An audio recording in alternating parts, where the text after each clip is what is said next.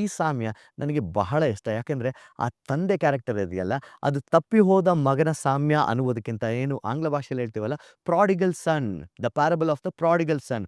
ಅದರ ಬದಲು ಒಂದು ನಿಸ್ವಾರ್ಥ ಪ್ರೀತಿಯ ತಂದೆಯ ಸಾಮ್ಯ ಎಂಬುದಾಗಿ ಇದನ್ನು ಕರಿಬಹುದಾಗಿತ್ತೇನೋ. ಯಾಕೆಂದರೆ ಆ ತಂದೆಯ ಪಾತ್ರ ಬಹಳ ಮುಖ್ಯ ಈ ಸಾಮ್ಯದಲ್ಲಿ. ನೀವು ಈ ಸಾಮ್ಯ ಹೇಳಿದ್ರೆ ನಿಮ್ಗೆ ಇಷ್ಟವಾದ ಸಾಮ್ಯ ಅಂತ. ಇದ್ರಲ್ಲಿ ನಂಗೆ ಅನೇಕ ಡೌಟ್ಸ್ ಇದೆ, ಅನುಮಾನಗಳಿದೆ. ಅದನ್ನ ಕೇಳಬೇಕು ಅಂತ ನಾನು ಇಚ್ಛಿಸ್ತೇನೆ. ಕೇಳ್ಬಹುದಾ? ಖಂಡಿತವಾಗಿ, ಖಂಡಿತವಾಗಿ. ಮೊದಲನೇದಾಗಿ, ಅಂದಿನ ಕಾಲದಲ್ಲಿ ತಂದೆಯು ತೀರಿ ಹೋಗತ್ತೆ ಹೊರತು ಅವರ ಆಸ್ತಿಗಳನ್ನು ಅವರು ಪಾಲು ಮಾಡುತ್ತಿರಲಿಲ್ಲ. ಹಾಗಿದ್ದಾಗ ತಂದೆನ ಬದುಕಿದ್ರು ಆ ಸಾಮ್ಯದಲ್ಲಿ. ಯಾಕೆ ಮಗನ ಪಾಲನ್ನು ಕೊಟ್ಟು ಕಳಿಸಿದ್ರು? ನೋಡಿ, ಇದಕ್ಕೆ ನಾನು ಹೇಳಿದ್ದು, ಈ ಸಾಮ್ಯ ಆ ನಿಸ್ವಾರ್ಥ ಪ್ರೀತಿಯನ್ನು ಹೊತ್ತಂತ ತಂದೆಯ ಸಾಮ್ಯ ಎಂಬುದಾಗಿ ಹೆಸರಿಸಬೇಕಾಗಿತ್ತಂತ. ನೋಡಿ, ನೀವು ಹೇಳಿದ ಹಾಗೆ ಏನು ಹೇಳಿದ್ರಿ, ತಂದೆ ತೀರಿ ಹೋಗದ ಹೊರತು ತನ್ನ ಆ ಸ್ವಾಸ್ಥ್ಯವನ್ನ ಮಕ್ಕಳಿಗೆ ಕೊಡಬಾರದು. ಸೊ ಅಲ್ಲಿಗೆ ಮಗನ ಆಲೋಚನೆ ಏನಾಗಿತ್ತು? ನೀನು ಸತ್ತೋಗಿದ್ರೆ ನನಗೆ ಚೆನ್ನಾಗಿರ್ತಾತ್ತು. ಆದಾಗ್ಯೂ ತಂದೆ ಏನು ಮಾಡ್ತಾನೆ, ಈ ಆಲೋಚನೆ ಅವನ ಮನಸ್ಸಿನಲ್ಲಿ ಇರಬಹುದು, ಪರವಾಗಿಲ್ಲ ಕೊಟ್ಬಿಡೋಣ. ನೋಡಿ, ದೇವರು ನಮಗೆ ಯಾವಾಗಲೂ ಆ ಫ್ರೀ ವಿಲ್ ಅನ್ನುವಂಥದ್ದಿದೆಯಲ್ಲ, ಆಯ್ಕೆ ಮಾಡುವಂಥದ್ದನ್ನು ನಮಗೆ ಕೊಡ್ತಾನೆ. ನಾನು ಕೊಟ್ಟಿದ್ದೇನೆ, ನೀನು ಇಟ್ಕೊಳ್ಬೇಕು. ನಾನು ಕೊಟ್ಟಿಲ್ಲ ಅಂದರೆ ನೀನು ತಗೊಳ್ಬಾರ್ದು ಅನ್ನುವಂತಹ ಒಂದು ದೃಢ ನಿರ್ಧಾರ ನಮ್ಮ ದೇವರಿಗಿಲ್ಲ. ಆತನು ಪ್ರೀತಿ ಸ್ವರೂಪಿ. ಹಾಗಾಗಿ ಪರವಾಗಿಲ್ಲ, ಇದು ತಾನೇ ಬೇಕು, ತಕೋ ಅನ್ನುವಂತಹ ಒಂದು ನಿಸ್ವಾರ್ಥ ಪ್ರೀತಿ ಈ ತಂದೆಯದಾಗಿತ್ತು. ಹಾಗಾಗಿ ಆತನು ಕಿಂಚಿತ್ತಾದರೂ ಯೋಚನೆ ಮಾಡದೆ ತನ್ನ ಸ್ವಾಸ್ಥ್ಯದಲ್ಲಿ ಅರ್ಧ ಭಾಗವನ್ನ ತನ್ನ ಕಿರಿಮಗನಿಗೆ ಕೊಡುವುದನ್ನು ನಾವು ಕಾಣುತ್ತೇವೆ. ಆ ಪ್ರೀತಿ ಈ ಸಾಮ್ಯದಲ್ಲಿ ಕಂಡು ಬರ್ತದೆ. ಎರಡನೇ ಡೌಟ್ ನನಗೆ, ಓಕೆ, ಮೊದಲನೇದು ಹೇಳ್ತಾ ಇದ್ದ ಆ ಫ್ರೀ ವಿಲ್, ಆ ಆಯ್ಕೆ ಮಾಡೋಕ್ಕೆ ದೇವ್ರದನ್ನ ಬಿಟ್ರು ಅಂತ. ಎರಡನೇದಾಗಿ, ಆ ಸಾಮ್ಯದಲ್ಲಿ ಮಗನು ಒಂದು ದೂರದ ಪ್ರದೇಶಕ್ಕೆ, ದೂರದ ದೇಶಕ್ಕೆ ಹೋಗುತ್ತಾನೆ ಅಂತ ಹೇಳ್ತಾರೆ. ಆದ್ರೆ ಆ ದೂರದ ದೇಶ ಯಾವುದು ಅಂತ ಬರದೇ ಇಲ್ಲ. ಕರೆಕ್ಟ್. ಇವಾಗ ನೋಡಿ, ಈ ಸಾಮ್ಯಗಳನ್ನು ಓದುವಾಗ ಅನೇಕರಿಗೆ ಈ ವಿಷಯ ತಿಳಿದಿರೋದಿಲ್ಲ. ನೋಡಿ, ಸಾಮ್ಯಗಳ ಉದ್ದೇಶ ಏನಾಗಿತ್ತು ಎಂಬುದಾಗಿ ಹೇಳುವಾಗ ಅದರಲ್ಲಿ ಕಡೆಯದಾಗಿ ಏನಾಯಿತು ಅನ್ನುವಂಥದ್ದನ್ನ ತಿಳ್ಕೊಳ್ಳುವಂಥದ್ದು ಉದ್ದೇಶವಾಗಿತ್ತು. ಇವಾಗ ನಾವು ದೂರದ ದೇಶಕ್ಕೆ ಹೋಗುತ್ತಾನೆ ಎಂಬುದಾಗಿ ನಾವು ತಿಳಿದುಕೊಳ್ಳುವಾಗ ಆ ದೂರದ ದೇಶದಲ್ಲಿ ಏನು ಮಾಡ್ತಾನೆ ಅಥವಾ ದೂರದ ದೇಶಕ್ಕೆ ಎಲ್ಲಿ ಹೋದ? ಇವಾಗ ನಾವು ಹೇಳ್ತೇವಲ್ಲ, ಬೆಂಗಳೂರಿಗೆ ಹೋದ, ಹಾಸನ್ಗೆ ಹೋದ, ಚಿಕ್ಕಮಗಳೂರಿಗೆ ಹೋದ, ಮಂಗಳೂರಿಗೆ ಹೋದ, ಅಥವಾ ಇನ್ಯಾವುದೋ ಒಂದು ಊರಿಗೋ ಅಥವಾ ಹೊರದೇಶಕ್ಕೆ ಹೋದ. ಇಲ್ಲಿ ಸ್ಪೆಸಿಫಿಕ್ ಆಗಿ ಹೇಳ್ತೇವೆ. ಆದರೆ ಈ ಸಾಮ್ಯದಲ್ಲಿ ಆ ರೀತಿಯಾಗಿ ಸ್ಪೆಸಿಫಿಕ್ ಆಗಿರುವಂಥ ಊರು ಇಲ್ಲಿ ಬರೆಯಲ್ಪಟ್ಟಿಲ್ಲ. ಯಾಕೆ ಬರೆಯಲ್ಪಟ್ಟಿಲ್ಲ ಎಂಬುದಾಗಿ ಹೇಳುವಾಗ, ಆತನು ದೂರ ದೇಶಕ್ಕೆ ಹೋಗಬೇಕಾಗಿತ್ತು. ಕಾರಣ ಇಷ್ಟೇ, ನೋಡಿ, ನಾನು ಮಾಡುವಂಥದ್ದನ್ನು ಯಾರಾದರೂ ಅನುಮತಿಸದೇ ಇರಬೇಕಾದ್ರೆ ಏನು ಮಾಡಬೇಕು? ನಾನು ದೂರ ಹೋಗ್ತೇನೆ. ಇವಾಗ ಹತ್ತಿರದಲ್ಲೇ ಇದ್ದು ಮಾಡಬಾರದಿರುವಂಥ ಕಾರ್ಯವನ್ನು ಮಾಡಬೇಕಾದ್ರೆ ನನ್ನ ತಂದೆ, ನನ್ನ ತಾಯಿ ನನ್ನನ್ನು ಹಿಡಿತಾರೆ. ಯಾವತ್ತೂ ನನ್ನ ಮಾತನ್ನು ಕೇಳಲಿಕ್ಕೆ ಹೋಗೋದಿಲ್ಲ. ಅಂದರೆ ನಾನು ಇಷ್ಟ ಬಂದ ಹಾಗೆ ಬದುಕುವುದಕ್ಕೆ ನನ್ನ ಪೋಷಕರು ಬಿಡೋದಿಲ್ಲ. ನನ್ನ ಸಂಬಂಧಿಕರು ಕೇಳ್ತಾರೆ, ಏನ್ರಿ ನಿಮ್ಮ ಮಗನ್ನ ಇವತ್ತು ಅಲ್ಲಿ ನೋಡಿದೆ, ನಿಮ್ಮ ಮಗಳು ಇವ್ರ ಜೊತೆ ಇದ್ರು, ನಿಮ್ಮ ಮಗ ಅಲ್ಲಿ ಹೋಗ್ತಾ ಇದ್ದ. ಸೊ ಅಲ್ಲಿಗೆ ಇದೆಲ್ಲವನ್ನ ಆತನು ತಡೆಯಬಹುದೆಂದು ಯಾವುದೋ ದೂರ ದೇಶಕ್ಕೆ, ಅಂದರೆ ದೇವರ ಆ ಒಂದು ಸಹಭಾಗಿತ್ವವನ್ನ ಮುರಿದು ದೂರಕ್ಕೆ ಹೋಗುವುದನ್ನು ನಾವು ಕಾಣ್ತೇವೆ. ಅಲ್ಲಿಗೆ ಅದಕ್ಕೋಸ್ಕರವೇ ದೂರ ದೇಶ ಎಂಬುದಾಗಿ ಬರೆಯಲ್ಪಟ್ಟಿದೆ ಹೊರತು ಬೆಂಗಳೂರು, ಮಂಗಳೂರು, ಚಿಕ್ಕಮಗಳೂರು, ಹಾಸನು ಈ ಥರ ಬರೆಯಲ್ಪಟ್ಟಿಲ್ಲ. ಓಕೆ, ಅಟ್ಲೀಸ್ಟು ಯಾವ ಮಾರ್ಗದಲ್ಲಿ ಅಥವಾ ಒಂದು ದೂರದ ದೇಶಕ್ಕೆ ಹೋಗಬೇಕಾದ್ರೆ ಈ ಗಾಡಿಯಲ್ಲಿ ಹೋದ, ಇಲ್ಲ ಈ ಕತ್ತೆ ಮೇಲೆ ಹೋದ, ಹೇಗೆ ಹೋದ ಅಂತಲ್ಲ ಅದು ತಿಳಿಸ್ಬೇಕಲ್ಲ, ಅದನ್ನು ಕೂಡ ತಿಳಿಸಿಲ್ಲ. ಹೌದು. ನೋಡಿ, ನಮಗೆ ಪ್ರಾಬ್ಲಮ್ ಏನು ಅಂದರೆ, ನಾವು ಆ ಸಾಮ್ಯ ಏನಕ್ಕೆ ಬರೆಯಲ್ಪಟ್ಟಿದೆ ಅನ್ನುವುದನ್ನು ಬಿಟ್ಟು, ಈ ಸಾಮ್ಯದಲ್ಲಿ ಇದ್ಯಾಕೆ ಇಷ್ಟಿದೆ, ಇದ್ಯಾಕೆ ಅಷ್ಟಿದೆ ಅನ್ನುವಂತಹ ಅಂಶಗಳನ್ನು ಹುಡುಕ್ತಾ ಹೋಗ್ತೇವೆ ಅಲ್ವಾ?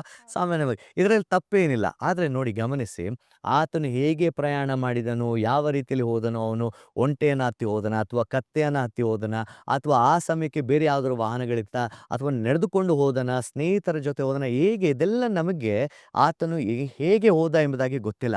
ಆದರೆ ಆತನು ಆಯ್ಕೆ ಮಾಡಿದಂತಹ ಹಾದಿ ಇದೆಯಲ್ಲ, ಆ ಹಾದಿ ತಪ್ಪಾಗಿತ್ತು ಅನ್ನುವಂಥದ್ದನ್ನು ತೋರಿಸುವುದಕ್ಕೆ ಆತನು ದೂರ ದೇಶಕ್ಕೆ ಹೋದನು ಅನ್ನುವಂಥದ್ದನ್ನು ಮಾತ್ರ ನಮಗೆ ಬರೆಯಲ್ಪಟ್ಟಿದೆ.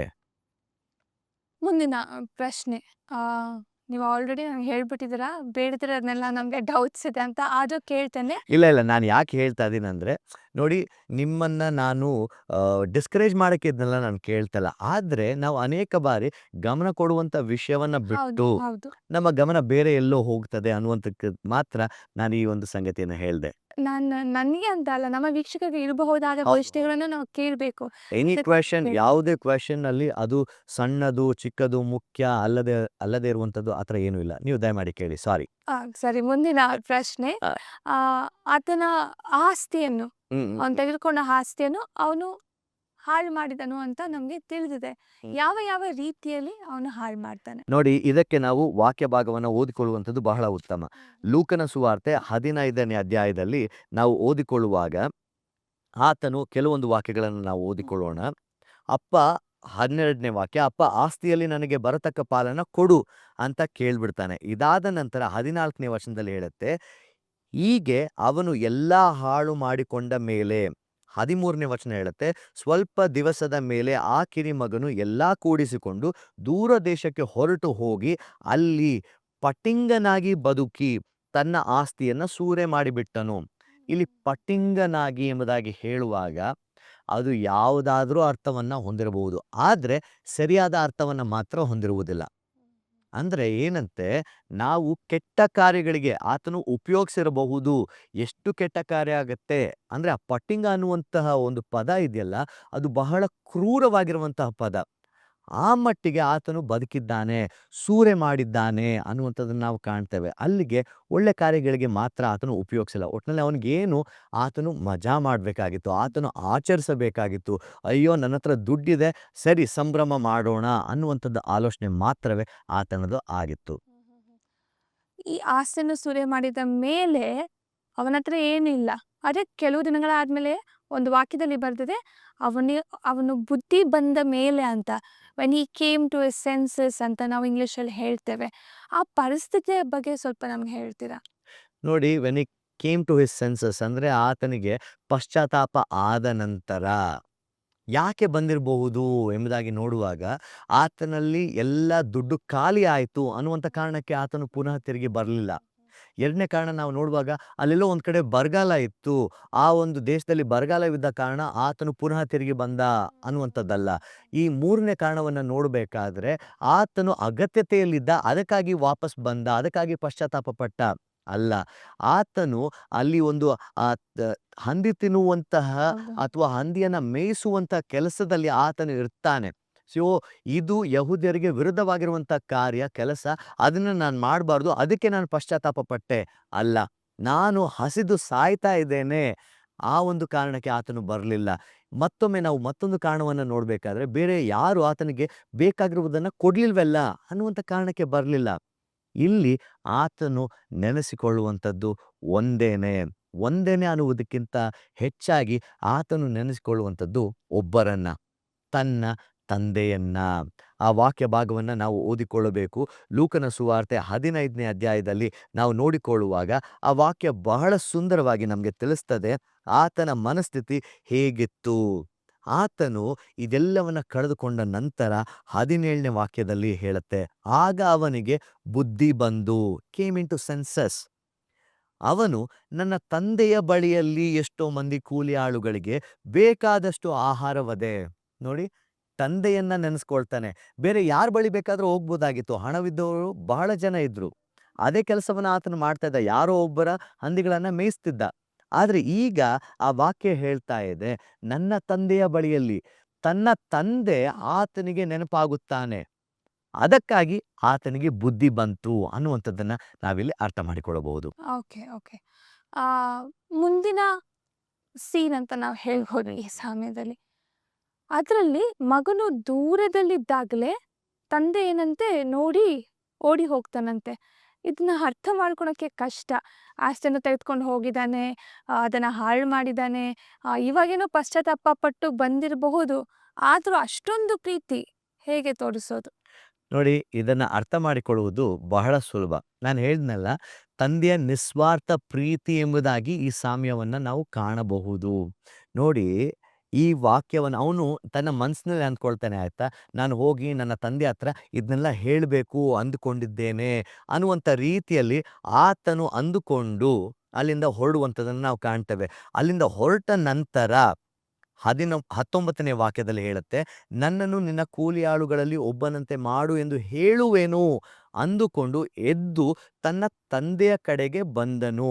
ಅವನು ಇನ್ನೂ ದೂರದಲ್ಲಿರುವಾಗ ಅವನ ತಂದೆಯು ಅವನನ್ನು ಕಂಡು ಕನಿಕರಪಟ್ಟು ಓಡಿ ಬಂದು ಅವನ ಕೊರಳನ್ನು ಅಪ್ಪಿಕೊಂಡು ಅವನಿಗೆ ಬಹಳವಾಗಿ ಮುದ್ದಿಟ್ಟನು. ತಂದೆಯ ಪ್ರೀತಿ. ಹೌದು, ತನ್ನ ಆಸ್ತಿಯನ್ನೆಲ್ಲ ಸ್ವಾಸ್ಥ್ಯವನ್ನೆಲ್ಲ ಆತನು ಸೂರೆ ಮಾಡಿದ್ದಾನೆ, ಚಿಂತೆ ಇಲ್ಲ. ಪುನಃ ನಾನೇ ನನ್ನ ಸ್ವಂತ ಮಗನನ್ನಾಗಿ ಅವನನ್ನು ಅಂಗೀಕಾರ ಮಾಡ್ತೇನೆ. ಅವನು ಯಾವ ಪರಿಸ್ಥಿತಿಯಲ್ಲಿದ್ದರೂ ಪರವಾಗಿಲ್ಲ, ನಾನು ಕ್ಷಮಿಸಿ ಅವನನ್ನು ನನ್ನ ಮಗನಾಗಿ ಅಂಗೀಕಾರ ಮಾಡುತ್ತೇನೆ ಅನ್ನುವಂಥ ಉತ್ತರ ಆ ತಂದೆಯದಾಗಿತ್ತು. ಹಾಗಾಗಿ ಹೋಗಿ ಓಡೋಗಿ ಅಪ್ಪಿಕೊಂಡು ಅತ್ತು ಮಗನನ್ನು ಬರಮಾಡಿಕೊಳ್ಳುತ್ತಾನೆ. ಈ ಪ್ರೀತಿ ಚಿಕ್ಕ ಮಗನ ಮೇಲೆ, ಚಿಕ್ಕ ಮಗನು ಅಥವಾ ಯಂಗರ್ ಸನ್ ಅಂತ ಹೇಳ್ತಾರೆ, ಆತನ ಮೇಲೆ ತೋರಿಸೋದು ಒಂದು ಮಟ್ಟಿಗೆ ನಮ್ಗೆ ಅರ್ಥವಾಗುತ್ತೆ. ಪಶ್ಚಾತ್ತಾಪ ಪಟ್ಟು ಬಂದರು, ನಮ್ಮ ಸ್ಥಿತಿಗತಿಗಳು ಹಾಗೆ ಇದ್ದವು ದೇವರ ಹತ್ರ. ಆದರೆ ದೊಡ್ಡ ಮಗನ ಸ್ಥಿತಿ, ಏಕೆ ದೊಡ್ಡ ಮಗನ ಬರೆಯಬೇಕಿತ್ತು? ಈ ಸಾಮ್ಯ ಹೇಳಿದ್ರೆ ತಪ್ಪಿ ಹೋದ ಮಗ ಅಲ್ಲ, ಇನ್ನೊಂದು ಮಗನ ಬಗ್ಗೆ ಯಾಕೆ ಬರಿಬೇಕಿತ್ತು? ನೋಡಿ, ಒಂದು ಕಡೆಯಿಂದ ನಾವು ಅರ್ಥ ಮಾಡಿಕೊಳ್ಳಬೇಕಾದ್ರೆ, ಈ ಚಿಕ್ಕ ಮಗನು ನಿಜವಾಗಿಯೂ ದೂರದ ದೇಶಕ್ಕೆ ಹೋಗಿದ್ದನು. ಏನು? ತನ್ನ ತಂದೆಯ ಸ್ವಾಸ್ಥ್ಯವನ್ನೆಲ್ಲ ಸೂರೆ ಮಾಡಲು. ಆದರೆ ಹಿರಿಯ ಮಗನ ವಿಷಯದಲ್ಲಿ ನಾವು ನೋಡಿಕೊಳ್ಳಬೇಕಾದ್ರೆ, ತಂದೆಯ ಬಳಿ ಇದ್ದಾಗ್ಯೂ ಅವನು ದೂರವಾಗಿ ಉಳಿದಿದ್ದನು ಎಂಬುದಾಗಿ ನಾವು ಅರ್ಥ ಮಾಡಿಕೊಳ್ಳಬಹುದು. ಇಲ್ಲಿ ತಿಳಿಯದಿರುವಂಥ ಗೂಢಾರ್ಥ ಏನಂದ್ರೆ, ಸ್ವಾಮಿಯ ಬಳಿಯಲ್ಲಿ ಆತನು ಇಸ್ರಾಯೇಲ್ಯರನ್ನ ಕಾಪಾಡುವುದಕ್ಕೆ, ಕಳೆದು ಹೋಗಿರುವಂಥ ಕುರಿಗಳನ್ನು ಒಟ್ಟುಗೂಡಿಸುವುದಕ್ಕೆ ಬಂದನು ಎಂಬುದಾಗಿ ನಾವು ವಾಕ್ಯಗಳನ್ನು ಓದ್ತೇವೆ ಪ್ರವಾದನ ಪುಸ್ತಕಗಳಲ್ಲಿ. ಆದರೆ ಆ ಯಹೂದ್ಯರು, ಆ ಧಾರ್ಮಿಕ ನಾಯಕರು ಹೃದಯಗಳನ್ನು ಗಟ್ಟಿ ಮಾಡಿಕೊಂಡು ಹಿರಿಯ ಮಗನ ರೀತಿಯಲ್ಲಿ ಆಡ್ತಾರೆ. ಹಿರಿಯ ಮಗನ ರೀತಿಯಲ್ಲಿ ತಂದೆಯ ಬಳಿಯಲ್ಲಿದ್ದರೂ ತಂದೆಯನ್ನು ನೋಡುವುದಕ್ಕೆ, ಕಾಣುವುದಕ್ಕೆ, ಆತನ ಸನ್ನಿಧಿಗೆ ಹೋಗುವುದಕ್ಕೆ, ಆತನ ಬಳಿಯಲ್ಲಿ ಸಮಯವನ್ನು ಕಳೆಯುವುದಕ್ಕೆ ಸೋತು ಹೋಗ್ತಾರೆ. ಯಾಕೆ ಗೊತ್ತಾ? ಸ್ವಾಮಿಗೆ ಆತನು ಬೆರೆತಂಥ ಅಷ್ಟು ಸಮಯವು ಯಾರ ಜೊತೆ? ಟ್ಯಾಕ್ಸ್ ಕಲೆಕ್ಟರ್ಸ್, ಸುಂಕದವರ ಜೊತೆ, ಪಾಪಿಗಳ ಜೊತೆ ಆತನು ಹೆಚ್ಚು ಸಮಯವನ್ನು ಕಳೆಯುತ್ತಿದ್ದನು. ಹಾಗಾಗಿ ಇಲ್ಲಿ ಏನಾಗತ್ತೆ, ಆ ದೊಡ್ಡ ಮಗನಿಗೆ ಬಂದಂತಹ ಪ್ರಶ್ನೆ ಈ ಧಾರ್ಮಿಕ ನಾಯಕರುಗಳಿಗೆ ಬರ್ತದೆ. ಏನು, ಯೇಸು ಸ್ವಾಮಿ ಅಂತಾರೆ, ಪರಿಶುದ್ಧನಂತಾರೆ, ದೇವರು ಅಂತಾರೆ, ಮೆಸ್ಸಿಯನ್ ಅಂತಾರೆ, ಈತನ ನೋಡಿದ್ರೆ ಆ ಪಾಪಿಗಳ ಜೊತೆ ಸಮಯವನ್ನು ಕಳೀತಾ ಇದ್ದಾನಲ್ಲ. ಚಿಕ್ಕ ಮಗ ಪಾಪಿ, ಸತ್ತು ಹೋದನು, ಬದುಕಿ ಬಂದನು, ಕಳೆದು ಹೋದನು, ಸಿಕ್ಕಿದನು. ತಂದೆ ಖುಷಿ ಪಡ್ತಾ ಇದ್ದಾರೆ, ದೇವರು ಖುಷಿ ಪಡ್ತಾ ಇದ್ದಾರೆ. ಈ ಯಹೂದ್ಯರು ಒಪ್ಪಿಕೊಂಡಿಲ್ಲ, ಬೇರೆಯವ್ರ ವಾಕ್ಯವನ್ನು ಒಪ್ಪಿಕೊಂಡಿದ್ದಾರೆ ಅಂತ. ಆದರೆ ಈ ದೊಡ್ಡ ಮಗನು ನೋಡಿ, ತಂದೆಯ ಬಳಿ ಇದ್ದಾಗ್ಯೂ ಆ ತಂದೆಯ ಪ್ರೀತಿಯನ್ನ, ನಿಜವಾದ ಪ್ರೀತಿಯನ್ನ ಕಾಣದೆ ಹೋಗ್ತಾನೆ.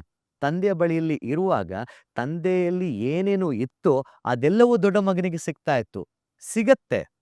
ಆದರೆ ಅದನ್ನು ಸ್ವೀಕರಿಸುವಂತಹ ಹೃದಯ ಅವನಲ್ಲಿ ಇಲ್ಲದೆ ಹೋಗಿರ್ತದೆ. ಇದು ದೊಡ್ಡ ಮಗನ ಪ್ರಾಬ್ಲಮ್.